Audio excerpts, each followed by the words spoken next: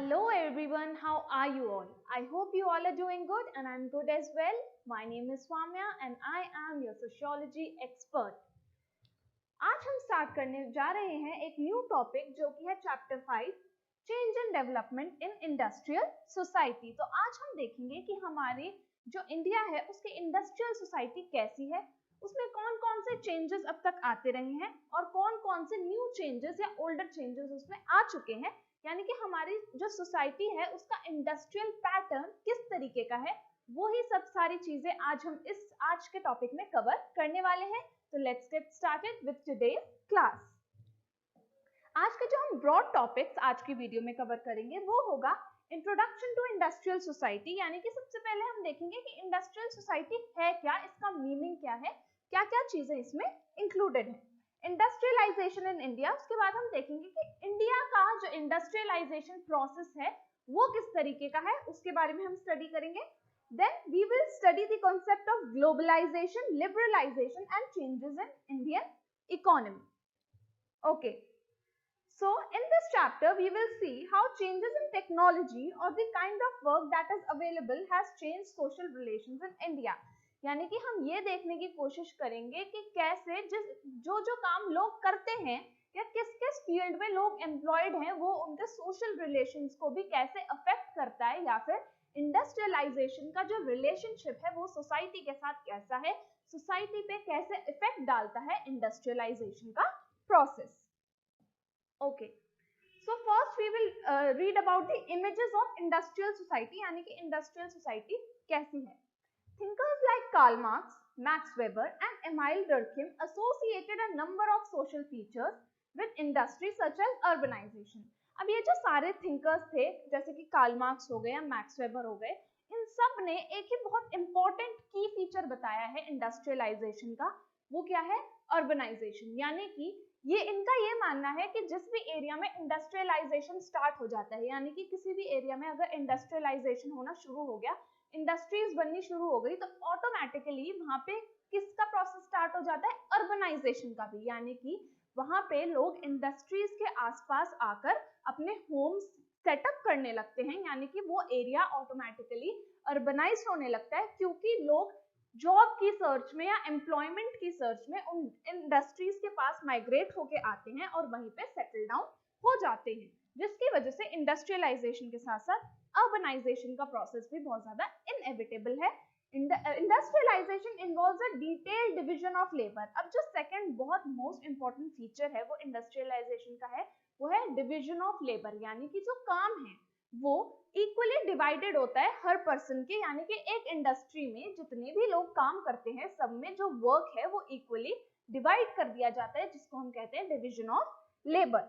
The work is often repetitive and exhausting. अब जो industries में काम किया जाता है या इन इंडस्ट्रीज में जो काम होता है वो डेली बेसिस पे होता है, तो यानी कि एक सेट पैटर्न होता है, एक सेट प्रोसेस होता है उस काम का, यानी कि ये काम बहुत ज्यादा रिपीटेटिव होता है, यानी कि वहां के वर्कर्स को रोज यही काम करना पड़ता है और बहुत ज्यादा एग्जॉस्टिंग या थका देने वाला भी उनके लिए हो जाता है, ये काम बहुत ज्यादा टायरिंग हो जाता है at times. Yet even this is better than having no work at all, that is being unemployed. लेकिन रोज रोज एक ही काम करना अनएम्प्लॉयड होने से तो बेटर ही है, यानी कि बिना किसी काम के रहना से तो बेटर ही है कि आप रोज ही एक तरीके का काम, यानी कि एक मोनोटोनस जॉब कर लो, एटलीस्ट आप एम्प्लॉयड तो होंगे। Marks called this situation alienation.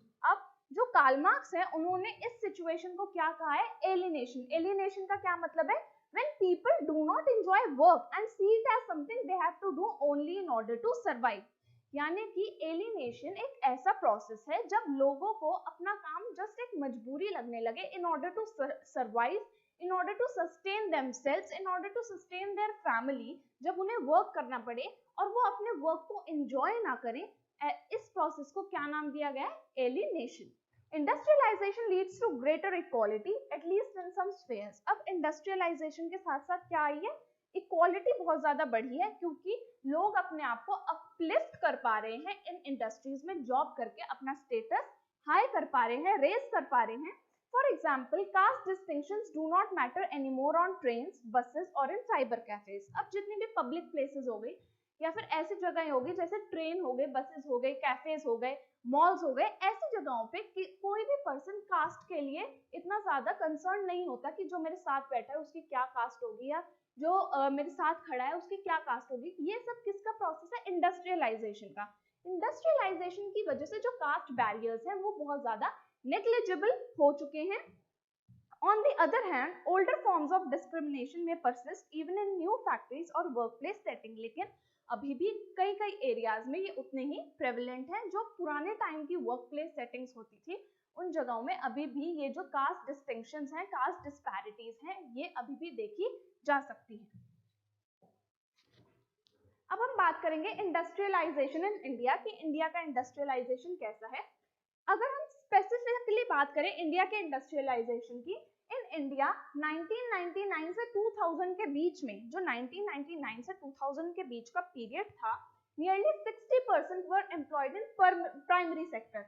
60% लोग कहाँ पे एम्प्लॉयड थे? Primary sector. प्राइमरी सेक्टर मतलब जैसे एग्रीकल्चर हो गया या फिर माइनिंग सेक्टर हो गया, इसमें एम्प्लॉयड थे। 17% इन सेकेंडरी सेक्टर। 17% कहाँ थे? सेकेंडरी सेक्टर कौन सा हो गया? जैसे मैन्युफैक्चरिंग हो गया, कंस्ट्रक्शन हो गया या अदर यूटिलिटीज में। 23% वर एम्प्लॉयड इन टर्शियरी सेक्टर, यानी कि ट्रेड, ट्रांसपोर्ट या फिर फाइनेंशियल सर्विस के सेक्टर में एम्प्लॉयड थे। However, if we look at the contribution of these sectors to economic growth, अगर हम बात करें कि इन तीनों में से प्राइमरी, सेकेंडरी, टर्शियरी में से सबसे ज्यादा कंट्रीब्यूशन किसका है, तो the share of agriculture has decline sharply. तो प्राइमरी सेक्टर का जो अब तक शेयर रहता था वो अब धीरे धीरे बहुत ज्यादा डिक्लाइन हो चुका है, यानी कि जो एग्रीकल्चर सबसे ज्यादा बिगेस्ट कंट्रीब्यूटर अब तक माना जाता था इंडिया की इकोनॉमी में, अब वो धीरे धीरे डिक्लाइन हो रहा है। क्यों? क्योंकि लोग, जैसा हमने पहले भी पढ़ा है कि लोग अपना जो एग्रीकल्चर है वो छोड़ के धीरे धीरे माइग्रेट करके सिटीज की तरफ जा रहे हैं in search of better opportunities, may be because उनकी जो प्रोड्यूस है उनको अच्छा प्राइस नहीं दे पा रही थी गवर्नमेंट, जिसकी वजह से लोगों ने एग्रीकल्चर का ऑक्यूपेशन क्विट करना भी स्टार्ट कर दिया है। This is a very serious situation because it means that the sector where the maximum people are employed is not able to generate much income for them. अब ये जो लोगों का शिफ्ट हो रहा है ना एग्रीकल्चर से दूसरे सेक्टर्स की तरफ, ये एक बहुत सीरियस प्रॉब्लम है, क्योंकि हमारा जो एग्रीकल्चर सेक्टर है वो इतनी ज्यादा जो क्या कहते हैं इनकम जनरेट नहीं कर पा रहा है हमारी कंट्री के लिए। ये एक बहुत सीरियस प्रॉब्लम है, क्योंकि जिस सेक्टर में सबसे ज्यादा लोग एम्प्लॉयड है, हमने देखा कि सबसे ज्यादा लोग प्राइमरी सेक्टर में एम्प्लॉयड है, वही सेक्टर अगर इंडिया के लिए क्या कहते हैं इनकम जनरेट नहीं कर पाएगा तो ये एक बहुत ही सीरियस प्रॉब्लम है। In India over 50% of population is self employed. 50% लोग यहाँ पे सेल्फ एम्प्लॉयड हैं। Only about 14% are in regular salaried employment. उनमें से 14% कैसे जॉब्स करते हैं जिनमें उनको रेगुलर सैलरी मिलती है, while approximately 30% are in casual labor, और उसके अलावा 30% लोग casual laborers की तरह वर्क करते हैं। In India, over 90% of work, whether it is in agriculture, industry or service, is in the unorganized और informal sector. अब ज्यादातर वर्क जो इंडस्ट्रीज में होता है या फिर माइनिंग इंडस्ट्रीज में होता है वो बहुत ही अनऑर्गेनाइज्ड वे में होता है, यानी कि उसका एक सेट पैटर्न, एक ऑर्गेनाइजेशन नहीं है, बहुत ज्यादा हैपहैजार्ड मैनर में इन इंडस्ट्रीज में काम चलता है, जो कि एक बहुत ज्यादा सीरियस प्रॉब्लम है हमारी इंडस्ट्रियल सोसाइटी के लिए। Industrialization in the early years of Indian independence. अब अगर हम बात करें कि जब इंडिया को इंडिपेंडेंस मिली ही थी उसके स्टार्टिंग के कुछ सालों में इंडस्ट्रियलाइजेशन प्रोसेस कैसा था वो हम देखेंगे। The first modern industries in India were cotton, jute and coal mines and railways. अब जो सबसे मॉडर्न, सबसे पहली इंडस्ट्रीज जो सेटअप हुई वो थी जूट की, कॉटन की और कोल माइंस और रेलवेज की। आफ्टर इंडिपेंडेंस के बाद the government took over the commanding Heights of the economy. तो गवर्नमेंट ने क्या सोचा कि हम अपनी इकोनॉमी को बहुत ज्यादा बढ़ाने की कोशिश करेंगे, क्योंकि हम सबको पता है कि जब हमारा इंडिया को इंडिपेंडेंस मिली थी उस टाइम पे इंडिया की इकोनॉमी बहुत बुरी हालत में थी, बहुत ही बुरी सिचुएशन थी हमारे इंडियन इकोनॉमी की। लेकिन जो गवर्नमेंट थी वो चाहती थी कि इस इकोनॉमी को बेटर किया जाए, इसलिए धीरे धीरे उन्होंने ऐसे स्टेप्स लेने शुरू किए जिसकी वजह से हमारी जो इंडियन इकोनॉमी है वो स्टेबल हो पाई। This involve defence, transport and communication, power, mining and other projects which was also necessary for private industry to flourish। यानी कि गवर्नमेंट ने कौन कौन से प्रोजेक्ट्स पे ध्यान दिया? डिफेंस पे ध्यान दिया, ट्रांसपोर्ट पे ध्यान दिया, पावर पे ध्यान दिया, माइनिंग पे ध्यान दिया और ऐसे बहुत सारे प्रोजेक्ट्स पे ध्यान दिया जिसकी वजह से इकोनॉमी फ्लरिश कर सके।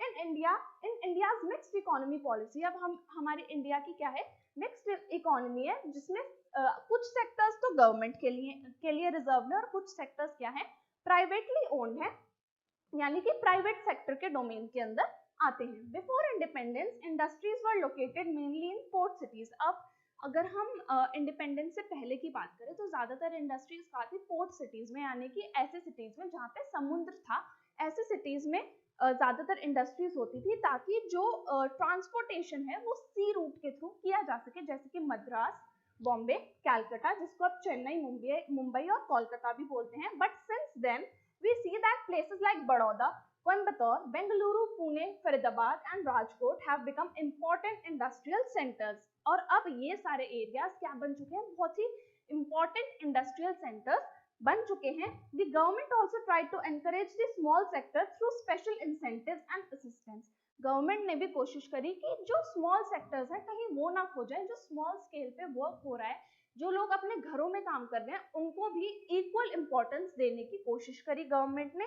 जो स्मॉल स्केल इंडस्ट्रीज थी उनको भी गवर्नमेंट ने चाहा कि वो भी फ्लरिश करे। Many items like paper and would products, जैसे कि अब स्मॉल स्केल इंडस्ट्रीज कौन सी थी, पेपर एंड वुड प्रोडक्ट्स की, स्टेशनरी, ग्लास एंड सिरेमिक्स, ऐसी जो इंडस्ट्रीज थी उनको गवर्नमेंट ने रिजर्व कर दिया फॉर स्मॉल स्केल सेक्टर। अब बात करेंगे globalization, liberalization and changes in Indian economy, यानी कि ग्लोबलाइजेशन, लिबरलाइजेशन की वजह से इंडिया की इकोनॉमी में कौन कौन से चेंजेस आए हैं। Since the 1990s, the government has followed a policy of liberalization। 1990s से ही जो हमारी गवर्नमेंट है, गवर्नमेंट ऑफ इंडिया है, उन्होंने लिबरलाइजेशन की पॉलिसी को शुरू किया। Private companies specially foreign firms, जो प्राइवेट कंपनीज थी, स्पेशली जो बाहर की कंपनीज थी, उनको हमारे यहाँ की गवर्नमेंट ने एनकरेज किया कि वो यहाँ आके इन्वेस्टमेंट करें in sectors earlier reserve for the government. जो सेक्टर्स पहले सिर्फ गवर्नमेंट के लिए रिजर्व थे, अब वो ओपन कर दिए गए बाहर की कंपनीज के लिए भी, ताकि वो हमारी कंट्री की इकोनॉमी में इन्वेस्ट कर सके, including telecom, civil aviation and power etcetera. Licences are no longer required to open industries. अब इंडस्ट्रीज खोलने के लिए लाइसेंसेस की जरूरत नहीं होती। Foreign products are now easily available in Indian shops. जब हमारी गवर्नमेंट ने फॉरेन प्रोडक्ट्स को यहाँ पर इंपोर्ट करना शुरू कर दिया, उसकी वजह से भी हमारी क्या हुआ, हमें फॉरेन प्रोडक्ट्स इजीली अवेलेबल होना शुरू हो गए हमारे यहाँ की शॉप्स में, नियर बाय शॉप्स में। As a result of liberalization की वजह से many Indian companies have been brought over by multinationals। बहुत सारे इंडियन कंपनीज को किसने खरीद लिया है, मल्टीनेशनल कंपनीज, MNCs ने खरीद लिया है। At the same time some Indian companies are becoming multinational companies. उसी के साथ साथ बहुत सारी इंडियन कंपनीज ऐसी भी हैं जो अब धीरे धीरे MNCs में कन्वर्ट हो रही हैं। An instance of the first is when Parle Drinks was bought over by Coca-Cola। जब Parle Drinks ने Coca-Cola को खरीद लिया था। This level of advertising has naturally increased। इसकी वजह से क्या हुआ, जो कोका कोला की कंजम्पशन थी वो एकदम से बढ़ गई, क्योंकि वो किसके साथ जुड़ गई थी, पार्ले के ब्रांड के साथ जुड़ गया था उसका नेम, जिसकी वजह से ऑटोमेटिकली जो उसकी कंजम्पशन थी, उसकी सेल थी, वो बहुत ज्यादा बढ़ गई। The government is trying to sell its share in several public sector companies, a process which is known as disinvestment। अब गवर्नमेंट क्या कर रही है कि अपने शेयर किसको बेच रही है, पब्लिक सेक्टर कंपनीज को बेच रही है, जिसको डिसइन्वेस्टमेंट भी कहा जाता है। मैनी गवर्नमेंट वर्कर्स, अब जिसकी वजह से क्या हो रहा है कि अगर गवर्नमेंट, जो बहुत सारे गवर्नमेंट एम्प्लॉयज है, उनको इस चीज का खतरा है कि अगर जो उनकी जॉब है वो कहीं चली ना जाए, अगर अब वो किसी और के लिए वर्क करेंगे, अभी तक वो गवर्नमेंट एम्प्लॉयज थे, और अगर गवर्नमेंट अपने शेयर बेच देगी तो उनको किसी और के लिए वर्क करना पड़ेगा, जिसकी वजह से उन्हें डर है कि कहीं उनको उनकी जॉब से निकाल ना दिया जाए। Workers are scared that after disinvestment they will lose their jobs. तो इसकी वजह से जो वर्कर्स थे उनको बहुत डर है कि कहीं उनको उनकी जॉब से निकाल ना दिया जाए। More and more companies are reducing the number of permanent employees। ज्यादातर क्या हो रहा है, आउटसोर्सिंग हो रही है। इसको क्या कहते हैं, आउटसोर्सिंग, यानी कि जब प्राइवेट कंपनीज क्या करती हैं, अपने जो वर्कर्स हैं उनको निकालना शुरू कर देती है, उसको क्या बोलते हैं, आउटसोर्सिंग का प्रोसेस बोलते हैं। Their work to smaller companies और इवन टू होम्स। यानी कि अब ज्यादातर कंपनीज क्या कर रही हैं, आउटसोर्सिंग की प्रैक्टिस को फॉलो कर रही हैं और अपने परमानेंट या फिर जो क्या कहते हैं, ऐसे एम्प्लॉयज है जो कभी कभी काम करते हैं उनको निकालना शुरू कर रही है। For multinational companies this outsourcing is done across the globe. अब जो MNCs हैं वो तो ऑल ओवर द ग्लोब फैली होती हैं, तो ये जो प्रोसेस है आउटसोर्सिंग का MNCs में all over the globe carry किया जाता है, with developing countries like India providing cheap labour. Because small companies have to compete for orders from big companies, they keep wages low. अब जो small companies होती हैं या small sector या small scale companies होती हैं, उनको क्या करना पड़ता है, उनकी ये प्रॉब्लम होती है कि उनको compete करना है बिगर इंडस्ट्रीज के साथ, बड़ी कंपनीज के साथ। अब वो इतना इन्वेस्टमेंट तो कर नहीं सकते, तो अपने कॉस्ट को लो रखने के लिए, अपने मनी को इजीली मैनेज करने के लिए वो अपने वर्कर्स को या तो निकाल देते हैं या फिर वर्किंग कंडीशंस अच्छी नहीं रखते, इतनी ज्यादा फैसिलिटीज प्रोवाइड ही नहीं करते अपने वर्कर्स को, जिसकी वजह से क्या होता है, उनकी वेजेस बहुत कम होती है और working conditions are often very poor. Almost all companies, even government ones, now practise some form of outsourcing और कॉन्ट्रैक्टिंग, यानी कि अब ज्यादातर कंपनीज आउटसोर्सिंग और कॉन्ट्रैक्टिंग की ये जो प्रैक्टिस है अपने वर्कर्स को निकाल देने की बहुत ज्यादा प्रेवलेंट है, ज्यादातर कंपनीज ऐसा ही कर रही हैं आज के टाइम में।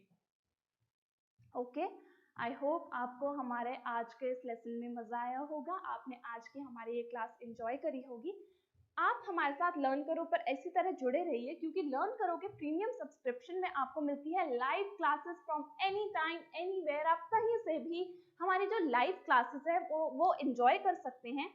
आपको सारा स्टडी मटेरियल PDF के फॉर्मेट में अवेलेबल करवा दिया जाता है, तो आपको टेंशन लेने की कोई जरूरत नहीं है, अपने नोट्स की टेंशन लेने की कोई भी जरूरत नहीं है, क्योंकि हम आपको सारा स्टडी मटेरियल PDF के फॉर्मेट में अवेलेबल करवा देंगे। इसी के अलावा अगर आपको अकेले पढ़ने में बोरिंग या मोनोटोनस फील होता है तो उसकी टेंशन बिल्कुल मत लीजिए, बिकॉज हम आपको यहाँ पे एक टियर ग्रुप में एनरोल कर देंगे, जहाँ पे आप अपने दोस्तों के साथ, अपने फ्रेंड्स के साथ बैठकर आराम से पढ़ाई कर सकते हैं। इसके अलावा हमारी ऑनलाइन प्लस ऑफलाइन दोनों तरीके से क्लासेस चल रही हैं, आप दोनों फैसिलिटीज को अवेल कर सकते हैं। हमारे जो online plus offline doubt clearing sessions भी चल रहे हैं, उनको भी आप अवेल कर सकते हैं। इसके अलावा अगर आप अपने परफॉर्मेंस को सेल्फ एनालाइज करना चाहते हैं तो हम आपको देते हैं लाइव टेस्ट, असाइनमेंट्स और क्विजेस, जिनमें आप अपने परफॉर्मेंस को खुद एनालाइज कर सकते हैं कि आप मैं कैसा परफॉर्म कर रहा हूँ या कैसा परफॉर्म कर रही हूँ। ह्यूमैनिटीज से रिलेटेड सारे डाउट्स आपके मैं खुद क्लियर करूंगी इसी प्लेटफॉर्म पर। आपको आंसर्स कैसे लिखने हैं, आंसर्स कैसे फ्रेम करने हैं, कौन से इंपॉर्टेंट पॉइंट्स को आपको हाईलाइट करना है, कितने पेजेस में आपको अपने ह्यूमैनिटीज के आंसर्स को कवर करना है, वो सब आपको इसी प्लेटफॉर्म पर मेरे साथ पता चल जाएगा।